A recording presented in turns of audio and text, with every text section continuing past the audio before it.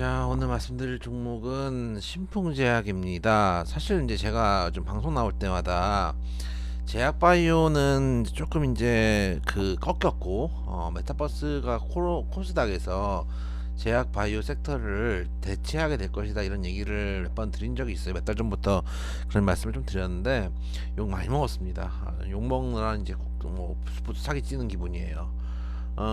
일단 제약바이오가 한 5, 6년은 해먹었는데, 물론 반도체라든지 2차전지라든지 자동차 부품주라든지 특히 전기차 관련돼서 소재주들 분명 코스닥하고 코스피 같이 올라갈 때 이제 같이 상승할 수 있는 섹터들인 건 맞는데, 코스닥은 항상 이제 특징들이 있었죠. 이제까지는 제약바이오가 코스닥의 주요 이제 섹터라고 한다면, 그 전에는 닷컴 버블 있을 때는 또 그런 종목들이 코스닥에서 시장을 주도하는 역할들을 해줬을 때도 있었습니다. 그래서 코스닥은 코스닥만의 개성들이 있었던 게 지금까지의 추세고, 그 외에 이제 반도체나 2차전지 섹터들, 전기차 섹터들, 이런 것들은 코스피가 움직일 때 코스피와 연동해서 움직이는 섹터들이고, 거기에 더해서 플러스 알파가 있는 게 코스닥 시장이라고 저는 보고 있습니다. 그런 측면에서 제약바이오가 이제까지 그런 역할을 했는데, 요 몇 년간은 사실은 결과가 많이 나오지 않았습니다. 성공한 경우도 유한양행들이 이제 뭐 기술 수출했던 경우들도 있지만은,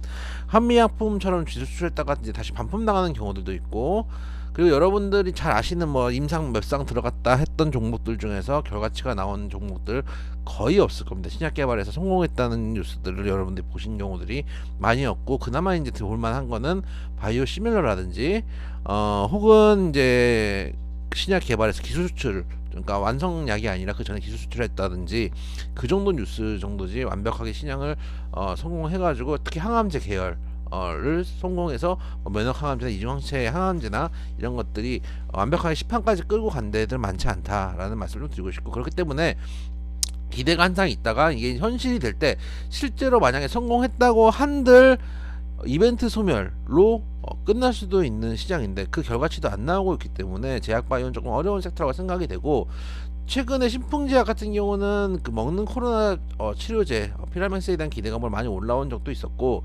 지금은 이제 어떻게 보면은 6만 원대는 지켜줬어야 되는 구간인데, 작년이 아니죠, 올해도 사실은 제가 이 종목은 회원들하고 매매를 했던 종목이라서 잘 기억을 하고 있는데, 저희가 제 기억에는 이거 여기 있네, 표시가 되어 있네요.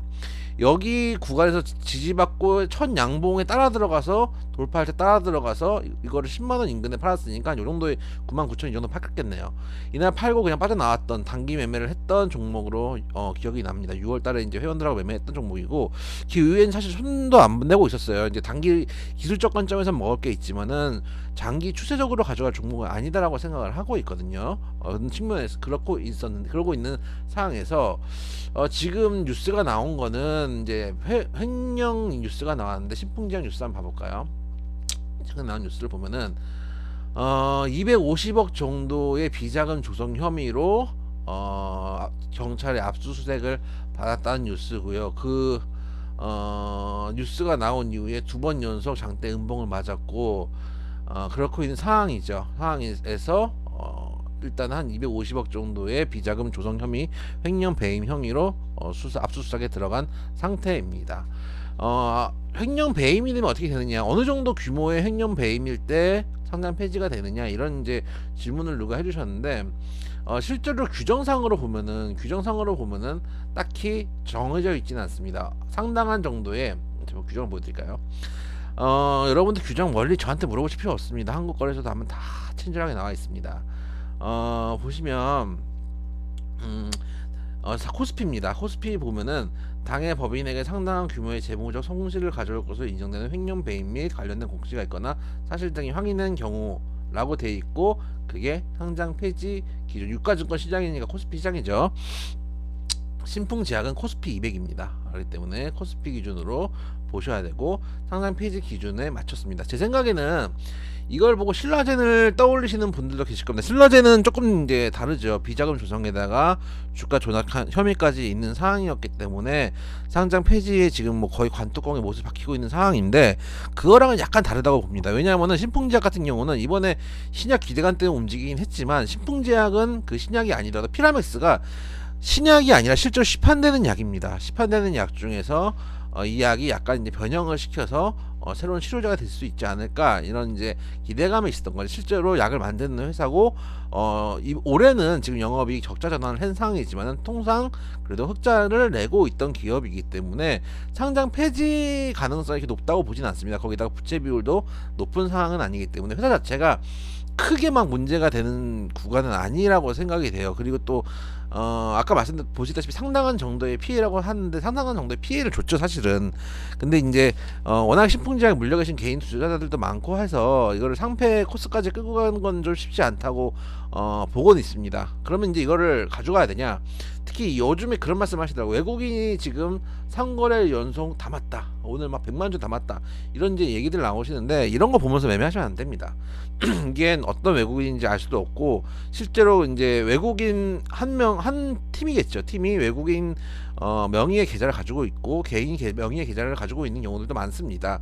그렇기 때문에 이런 걸 믿고 거래하시면 안 되고, 단기 기술적 반등 정도는 가능하다고 봅니다. 그게 단기 기술적으로 올라오면 한 42,000원 정도, 전에 음봉 맞았을 때 이 바닥권 라인까지는 한번 올라왔다가 이 구간이 저항선 역할을 해주면서 추가로 하락할 수 있는 정도, 이 정도 구간은 반등 정도 가능하다고 생각은 하는데, 그 외에 이걸 장토로 가져가는 건 어렵다고 봐요. 특히 상장 폐지까지는 조금 거리가 있다 손 치더라도 정지는 일단 한번 될 가능성이 되게 높거든요.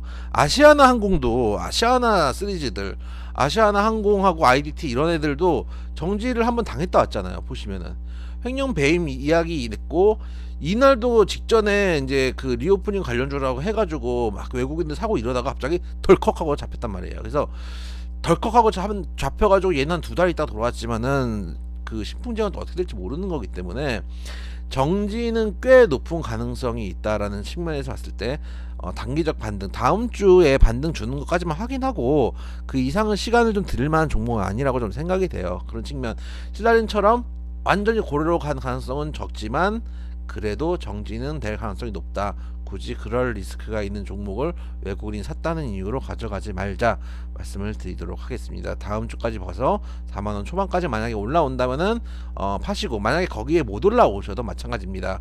여기 양봉을 내준 3만원대 깨지면 마찬가지로 파셔야 됩니다. 그렇기 때문에 상단으로 42,000원, 하방으로 3만원, 목표가 손절가 놓고, 다음 주에 목표가도 안 오고 손절가도 안 오면 다음 주 지나면 일단 정리하시는 게 맞습니다. 말씀을 드리도록 하겠습니다.